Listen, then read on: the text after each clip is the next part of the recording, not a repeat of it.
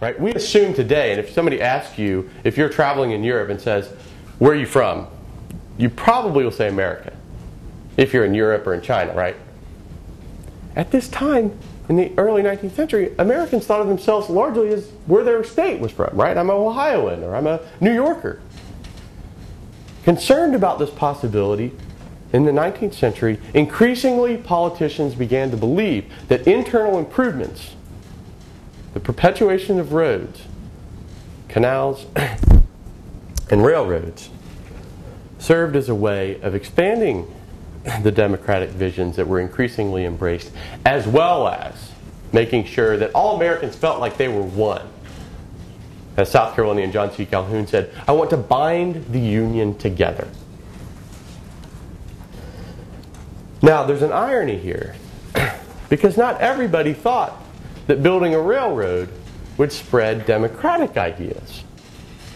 What do you think critics of building a railroad suggested about the effect of that railroad for the cause of democracy?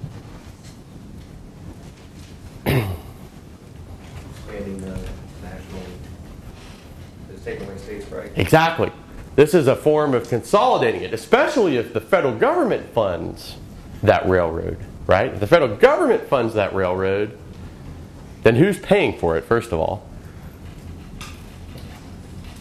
Taxpayers, right?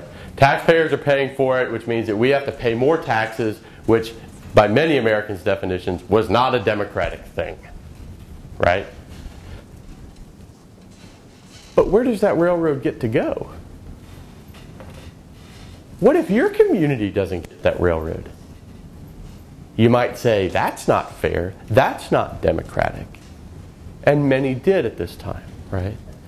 And what this highlights is that this tension both between the federal and the state government, as well as sort of these jealous concerns of localities that are saying, well, if we get a railroad, I think it's doing the best thing ever to spread democracy.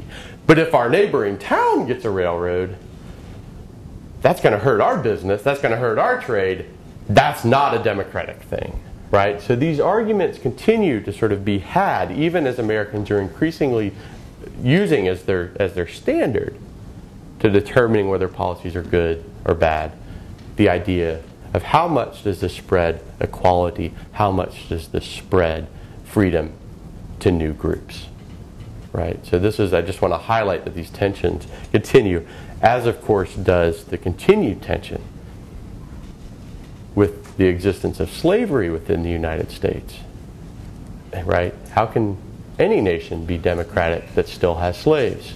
By now, by really the late 19th century, and even in the midst of the Civil War, many Americans are saying, well, it simply can't.